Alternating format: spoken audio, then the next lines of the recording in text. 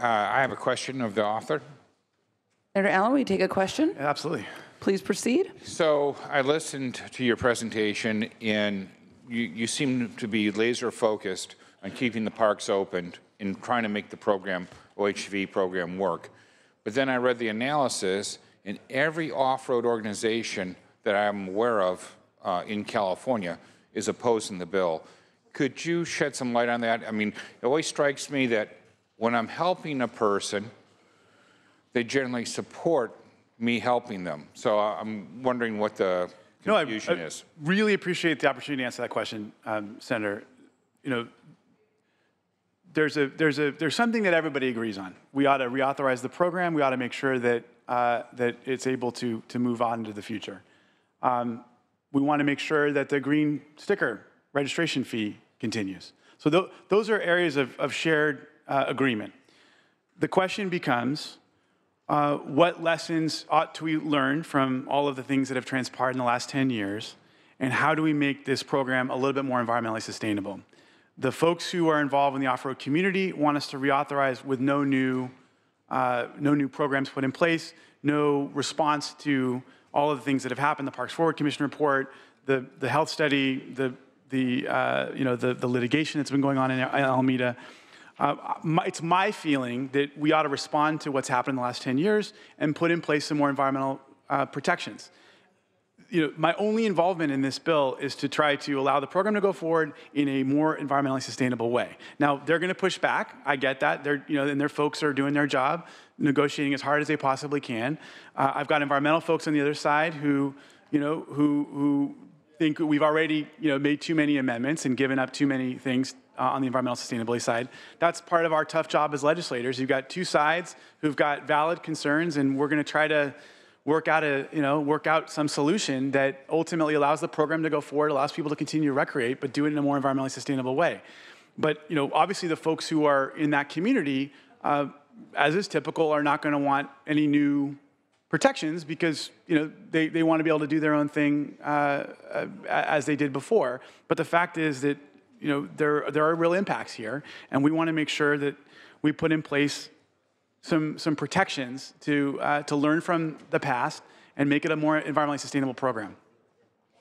On my own time, if I may, from the very beginning, there's been opposition to off-roading. There are some people that believe that the only off-roading that should be allowed is zero. And no matter what we do, no matter how we try to solve the problem, they're always going to be against it. And I think it's important that we don't allow NIMBYs to control the process.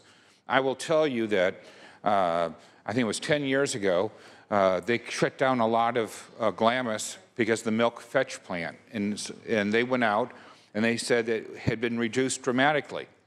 The off-road community hired the very same scientists, and over a 2-year period, actually, with GPS, marked every milk fetch plant, and the numbers increased, in fact, beyond the original amount.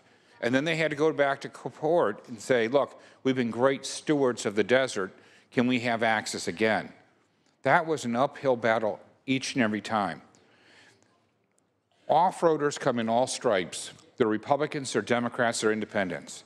They're tall, they're short, they're old, they're young.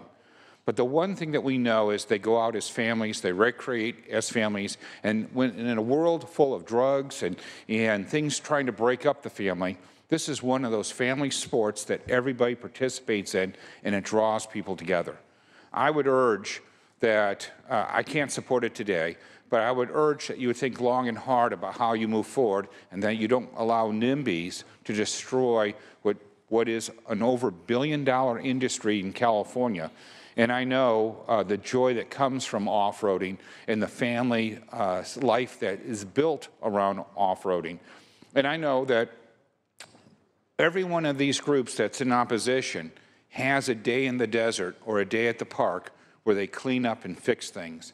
And they pay the green sticker fees, and yet our way of thanking them when we were in crisis, they loaned us $30 million.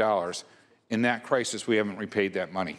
Although we're flush with cash, in the last 2 years, we had $20 billion of unanticipated revenue to the state, yet we never paid them back. Well, so as we move forward with this, I would ask that you look at, and maybe if you haven't had a chance to go off-roading with them, to see how they recreate, to see how it works, I think you'll find the vast majority are incredible stewards of the land because they don't want to lose the opportunity to do what they enjoy most with their children and with their parents. And I would ask that you would look from that, and if you'd like for me to set up a tour of the desert in the back of a dune buggy or on the back of a motorcycle or on a motorcycle, I'm happy to do that and set it up. Because I think when you go out there and you experience the joy of being out in nature and sharing it with your family, you'd realize how important it is to them and how precious. And it's not just the off-roaders. When you start thinking in terms of people who are mountain climbers, when you think in terms of hunters, all these people use off-road vehicles to get to the area. Most people don't hike 20 miles to get to the mountain that they're going to climb. They take an off-road vehicle to get there. So I think that we really need to be cautious in moving forward and not allow a bunch of little NIMBYs who their whole goal is to make sure that nobody ever drives an off-road vehicle ever in California, that they rule the day, and that they don't take in consideration or give credit for all the hard work and good, solid science the off-roaders have brought. And that Milk Fetch, I can give you the study on that, that Milk Fetch plant, I think, is an excellent example of how they were outstanding stewards, and yet at the end of the day, they continued to want to punish them for being good stewards. So I can't support it today. I wish you luck as you move forward, and if there's something I can do to help you, I really want to preserve off-roading. So many people in my district, so many Californians get such joy in this family event. I'd hate for them to lose that opportunity, and I'd also hate for us to lose the over $1 billion industry that we share here in California that will leave. And there's so much upside to this. So thank you very much, and I'm more than happy to help you moving forward.